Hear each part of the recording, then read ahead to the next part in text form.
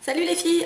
Aujourd'hui je suis contente de vous retrouver pour cette vidéo qui est un peu sur le thème de l'amour, même beaucoup puisque nous sommes au mois de février et que du coup nous avons la Saint-Valentin qui approche à grands pas. Je vais vous passer une petite vidéo spéciale qui va vous en apprendre un peu plus sur moi, vu qu'il s'agit de mes conseils pour entretenir une relation à distance.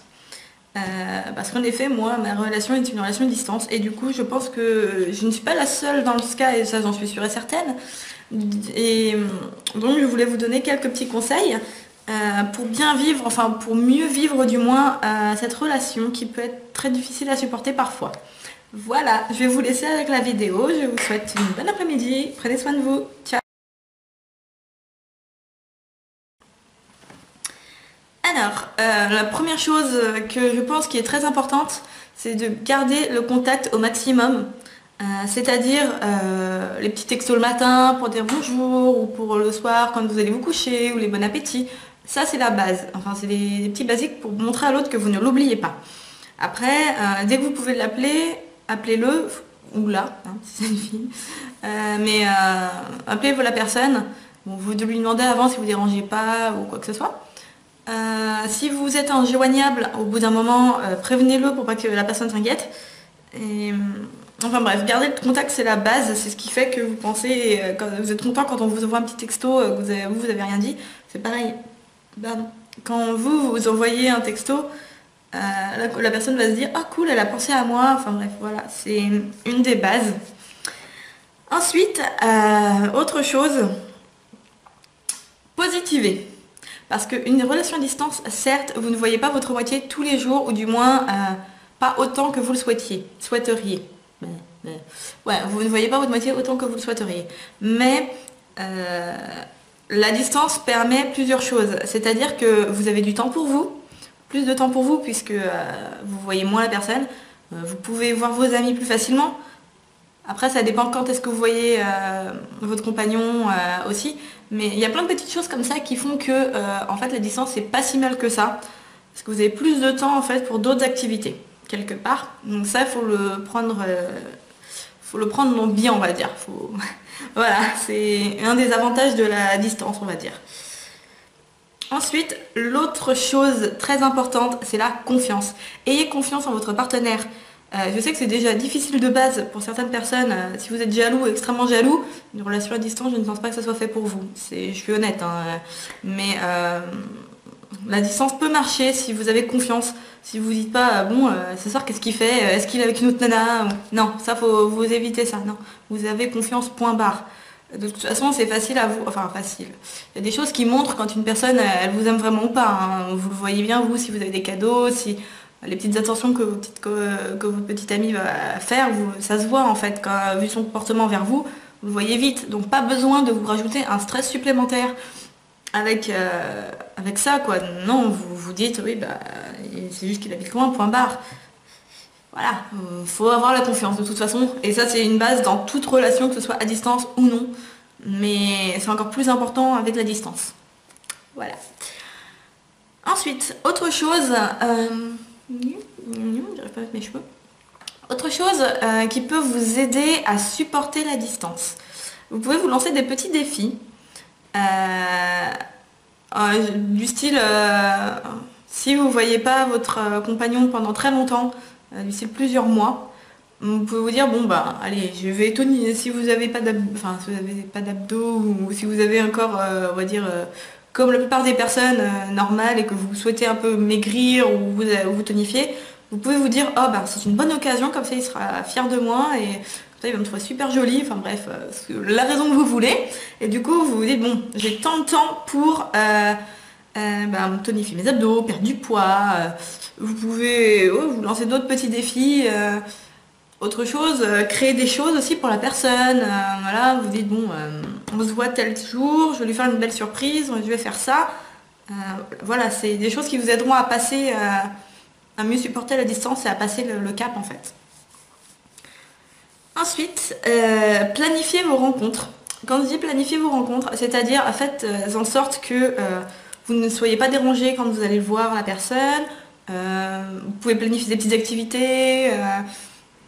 vraiment être dans un cocon entre guillemets parce que c'est des moments que vous attendez, donc du coup vaut mieux être prêt. Puis bon, si après ça dépend des personnes, moi je sais que j'ai besoin de savoir ce que je vais faire, ça c'est moi aussi. Donc voilà. Justement, ce qui découle de la planification des rencontres, c'est le fait que chaque moment va être unique. Et dans ces rencontres, dans ces relations-là, chaque moment est spécial parce que vous avez le moment où vous retrouvez la personne. C'est déjà assez intense. Et du coup, ça vous fait des occasions vraiment uniques, des choses que vous verrez peut-être pas si vous voyez la personne tous les jours. Ou voilà, et vous avez aussi les départs qui sont aussi uniques entre guillemets, qui sont presque, moi je sais que c'est presque un rituel. Quand il repart, je l'accompagne toujours prendre son train, c'est comme ça, je peux pas ne pas rester à la maison et pas l'emmener à la gare, c'est pas possible. J'attends que le train soit parti du quai quand même avant d'en aller. Voilà. Donc je reprends, je ne sais plus où j'en étais, donc ça c'est dit, ça c'est dit. Ça si, ça non, ça oui, ça oui. J'en étais à chaque moment est unique.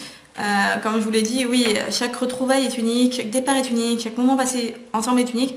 Encore plus fort que quand vous voyez la personne tous les jours. Donc ensuite,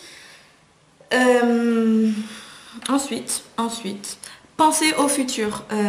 Bon, ça c'est plus quand vous êtes vraiment depuis longtemps entre guillemets avec la personne.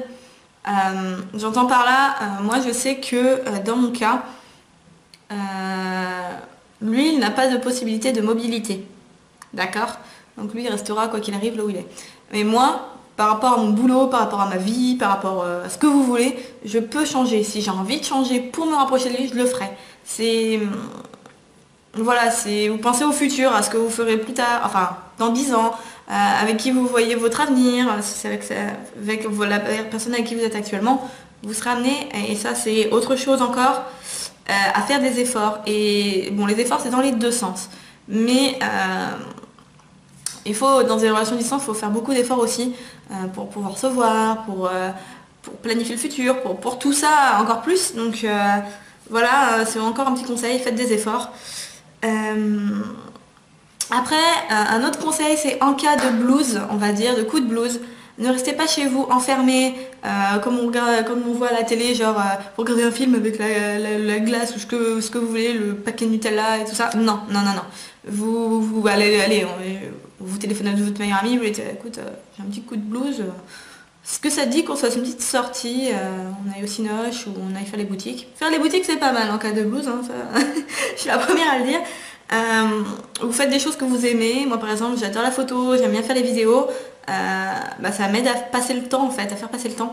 Donc occupez-vous bien surtout, pour ne pas voir le temps qui passe et enfin le temps qui vous sépare, mais plus voir le temps qui vous rapproche de l'autre personne. Voilà. Ensuite, je crois que c'est la dernière chose et il s'agit de garder un objet qui appartient à votre chéri parce que comme ça, ça vous le rappelle encore plus.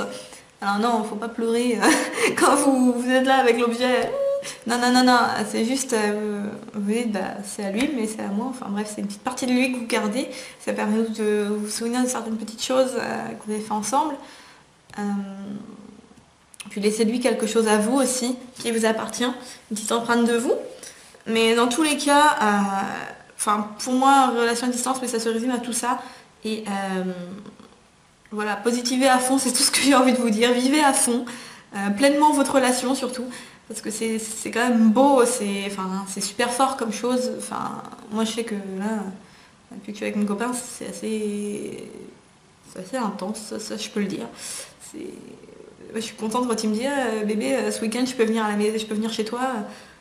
C'est un truc, tu viens quand tu veux quoi, il n'y a pas de souci. Mais donc voilà, si vous avez des questions, n'hésitez pas à me les poser. Je vous y répondrai autant que je pourrai. Et en attendant, voilà, cette vidéo est terminée.